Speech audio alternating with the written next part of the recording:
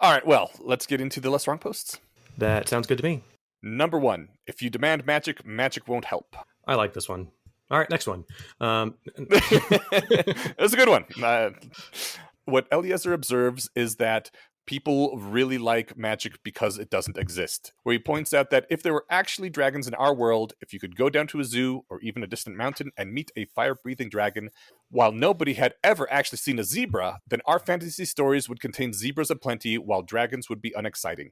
Zebras are one example, but like another example that I think I can take, not quite as like the original seeing as I would if it was a dragon, but elephants are amazing to look at. If I was describing one to you and you'd never seen anything bigger than, maybe a large dog or something, I'm like, no, man, this thing weighs like 100 times more than you. And its footsteps are quiet, and it manipulates things with like its nose arm. You would think you think I was on drugs, right? Yeah. It's amazing. I like elephants. They're fun.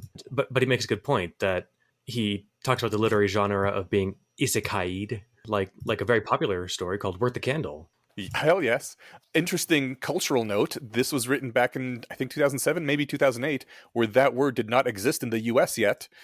So back then it was still known as a portal fantasy. Oh, nice.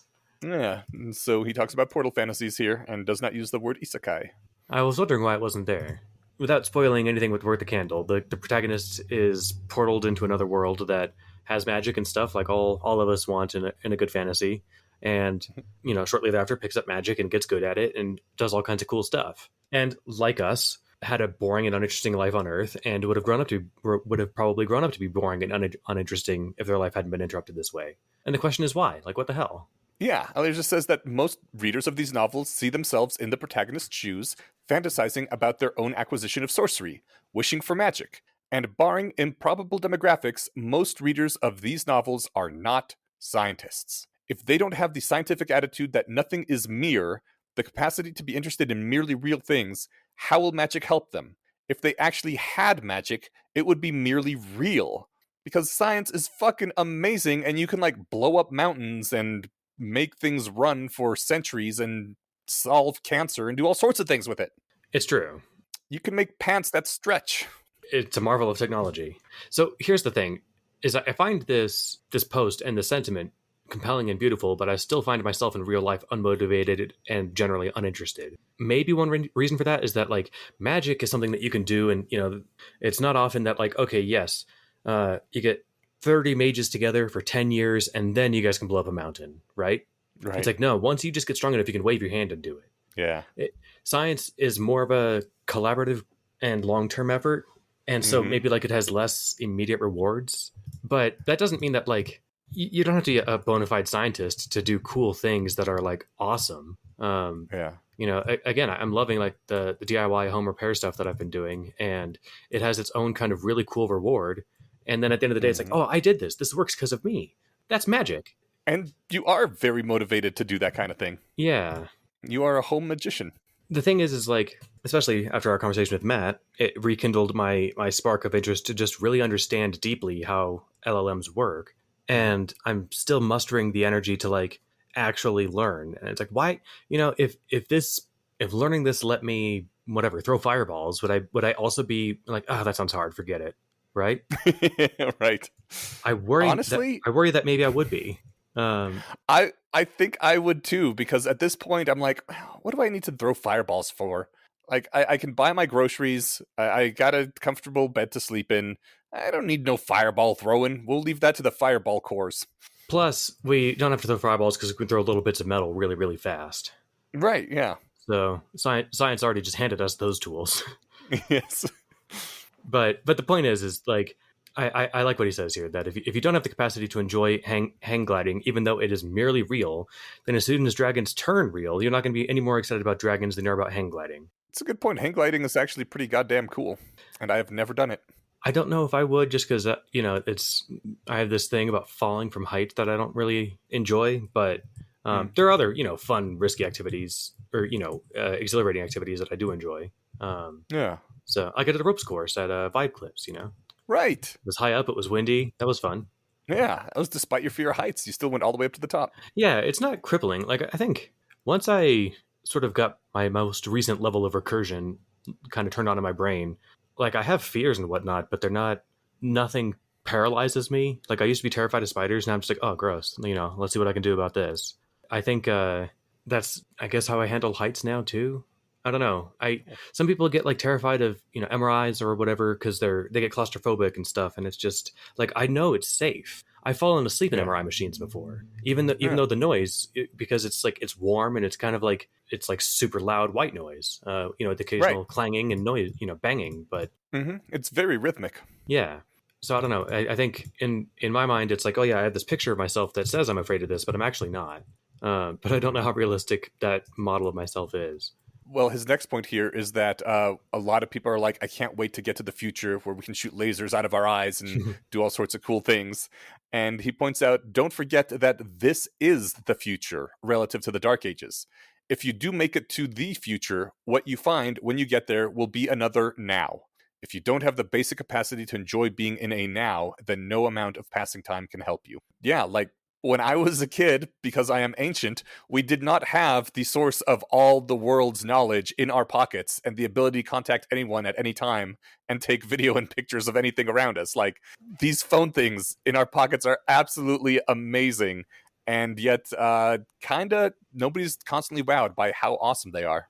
I pull this, brick out of our pockets and we're just bored by it. But it Right. is, it's weird how quickly society adapted to them. Like, in order to have a camera before, you had to be carrying a camera around, and no one ever did. And so nothing ever got photographed.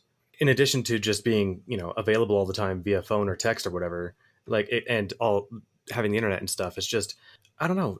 When I was a kid, it'd be like, all right, I'm going to leave the house. I'll let you know when I'll be back.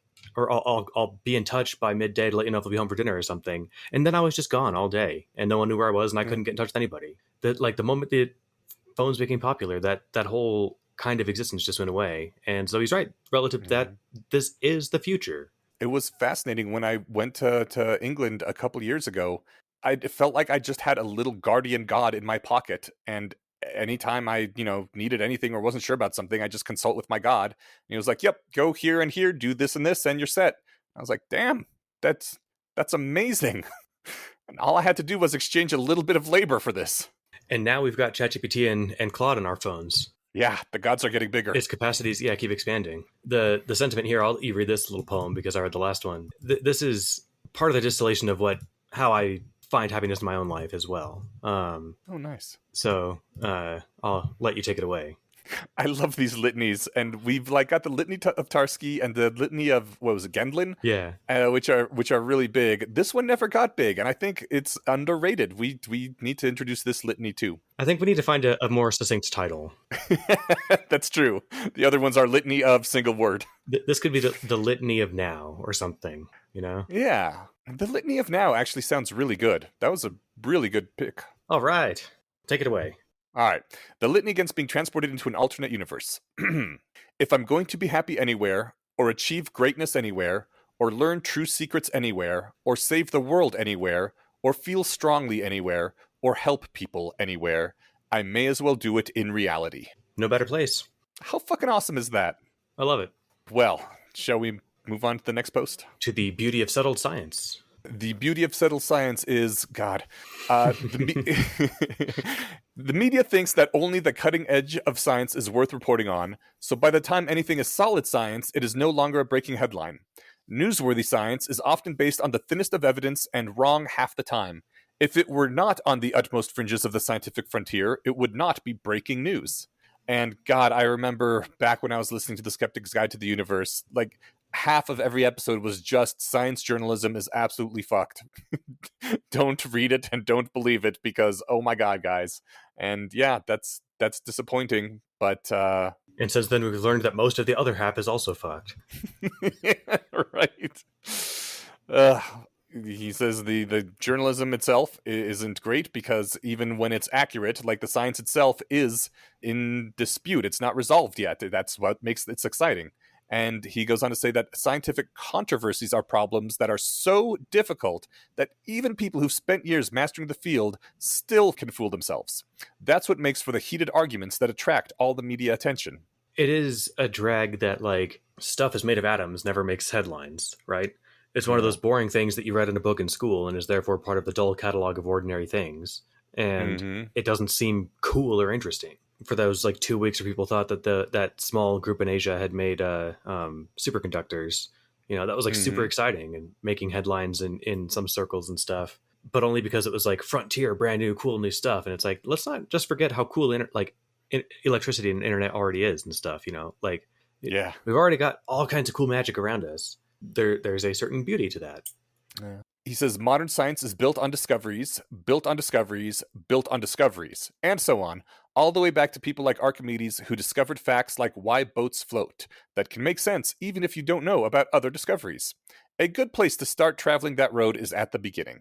That's why I like books about the history of science so much. Is it's fun to learn how people came to conclusions about stuff. At the beginning.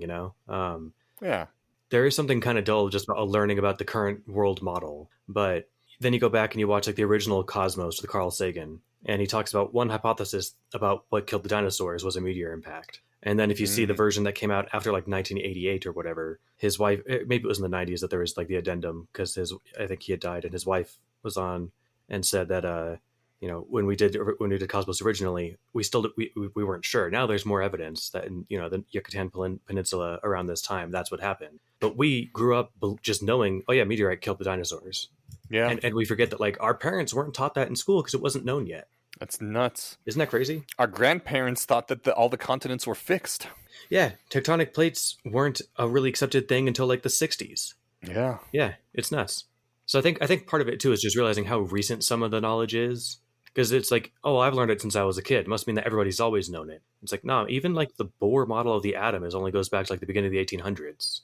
Yeah. Like this is not old hat as far as the history of humanity goes. Going back to the isekai, it's really crazy how this happens with words. Where like if you've known a word your whole life, you just think it always exists. And when I used the word "suss out" in a story that was set, I don't know, pre-70s at any rate, one of the older guys in our writer's workshop was like, "This is anachronism," and I'm like, "What?" He's like, "That word didn't exist back then." I'm like, "What do you mean? It's English." He's like, "No, sus was invented in the 70s." I'm like, "Oh my, are you kidding me?" And there's just major changes like that. Like anything that happened when you became aware of things just feels like how the world's always been, right? Yeah, it's worth talking to old people sometimes. Yeah, it is. Old people got some fascinating insights. He says a steady diet of science news is bad for you. You are what you eat, and if you only eat science reporting on fluid situations without a solid textbook now and then, your brain will turn to liquid. Ah, nice. Yeah. I think you guys covered this in the Mind Killer like last year, but all those fun headlines about, oh, we're on the cutting edge of maybe solving Alzheimer's because of this. And it's like, actually all that was bullshit. So sometimes it is nice to have science be settled and then build on top of that. Not really related to this point, but yeah. I was gonna say that one was just like straight up scientific fraud from a decade ago, which is Jesus, man. Yeah, fuck that guy. All right, well, for next time, our LessWrong posts will be: is humanism a religion-substitute? And scarcity. Wow, that first one sounds right up my alley. Nice. And the second one, who knows? One way to find out. Come back in 2 weeks. Hell yes.